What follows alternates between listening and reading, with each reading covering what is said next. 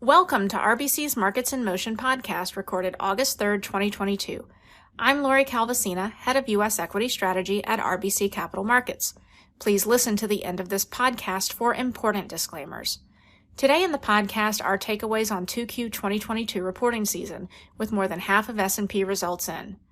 The big things you need to know? First, second half 2022 and 2023 forecasts have started to come down, but perhaps not enough. Second, within the S&P 500, sector standouts so far include energy, REITs, and utilities, along with tech.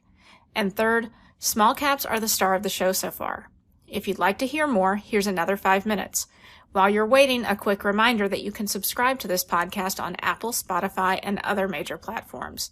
Now let's jump into the details. Takeaway number 1. Second half 2022 and 2023 forecasts for the S&P 500 have started to come down, but perhaps they haven't fallen enough. Overall, the stats for 2Q reporting season are quite strong. 76% of S&P companies are beating consensus on earnings, while 66% are beating on sales. Numbers that are off peak, but still well above average. 2Q 2022 beats in percentage terms have also been very strong for both earnings and sales. Meanwhile, second half 2022 forecasts for both earnings and sales are starting to come down. We're also starting to see full year 2023 forecasts come off. The critical question for the stock market is, have numbers come down enough? And that's frankly unclear right now. In dollar terms, EPS revisions have been pretty small. The bottom-up full year S&P 500 EPS forecast has fallen from $2.30 to just $2.29 for 2022, a drop of about $1, and from $2.50 to $2.45 on 2023. These are based on data tracked by Bloomberg. The implied growth rates are now tracking at 8% for 2022 and 7% for 2023. The good news in here for the U.S. equity market is that evidence of resilience continues to be seen in corporate earnings. That's helped support the short, shallow recession narrative that a lot of investors and companies, as we've learned by reading through transcripts, are anticipating. The bad news for the U.S. equity market is that the possibility of further downward earnings revisions remains an overhang for stocks as we get deeper into the second half of the year. In June and early July, a lot of the investors I spoke with told me they wanted the Band-Aid ripped off in earnings season. They wanted guidance and sell-side forecasts to get cut pretty hard and bake in the economic slowdown so they could have some confidence about where multiples actually were at. And that's just not what we're seeing here. Admittedly, we can get a bit more excited about where we are on earnings by looking at the rate of upward revisions for the S&P 500. That stat has fallen back to 32% right now, the low end of its non-crisis range, and a level consistent with a 10% 12-month forward gain in the S&P 500. We'll be keeping a close eye on this indicator in the weeks and months ahead to see if it starts to turn around. But it's important to note that there is precedent for it to go lower.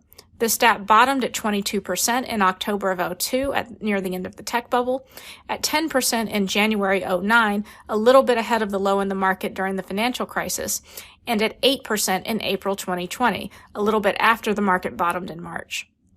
We suspect we don't know if the damage on this indicator is enough until we get into the next reporting season. Let's move on to takeaway number 2. Within the S&P 500, sector standouts so far include energy, REITs, and utilities, along with tech. Energy, REITs, and utilities are standing out to me as pockets of earnings resilience. These three sectors are the ones doing the bulk of the heavy lifting in terms of propping up 2022 growth forecasts. They're the three where we've seen full year 2022 growth rate estimates move up since the beginning of July on earnings. All three sectors are also bucking the trend on 3Q 2022 estimates, staying flat or going up over the past month. These three sectors are also the only ones that are in positive territory on the rate of upward revisions for both earnings and sales within the S&P 500. And energy is also tracking as the top sector on revenue beats right now. The story on tech naturally is a little more complicated. Tech has actually been the top sector in the S&P 500 recently when we look at the percent of companies beating consensus on earnings. But earnings sentiment for this sector has already been deeply negative if you look at the rate of upward revisions for it. It's been one of the worst sectors on that metric relative to others, and the rate of upward EPS estimate revisions for tech is also starting to approach its historical lows. Interestingly, that's something we're starting to see for growth sectors generally right now, including communication services and consumer discretionary. Within technology specifically, Industries like semi and semi-equipment and communication equipment are near the low end of their historical range on the rate of upward revisions. And so if there are any areas of the stock market right now where the earnings band-aid actually has been ripped off, I think these are the best candidates. So what we're seeing for tech as a whole is a combination of deep pessimism coming into reporting season, followed by results that have been better than feared. That combination seems to really be powering tech and the growth trade generally right now. What does all this mean for positioning? Last month, we upgraded energy to overweight, REITs to market weight, and reiterated our technology overweight. What we're seeing so far in reporting season adds to my confidence in all of those calls. I'll wrap up quickly with takeaway number 3. Small caps are the star of the show so far. As we were running through our various updates over the past few days, I was really surprised to see that small caps were shining on a couple of metrics. If you look at the percent of companies beating consensus expectations, the Russell 2000 is hitting a new high on revenues, 71%, and approaching past highs on earnings, 74%. That's a stark contrast with large cap, where these stats on the S&P 500 are still above average, but are starting to fall a little bit from their peak. Additionally, the rate of upward EPS estimate revisions has been much more resilient in small cap than large cap. Both small and large are seeing mostly downward revisions right now, but they've been much less severe in small than large. A few weeks ago, we started telling investors to go overweight small cap relative to large cap, as a lot of our work is showing that the recession is baked in already. The relative earnings strength that we're seeing in small cap on a number of different stats adds to our conviction that now is the time to get more constructive on the small cap space. It's worth noting that some of the areas that look most interesting to us within small cap right now in our earnings work are financials and energy.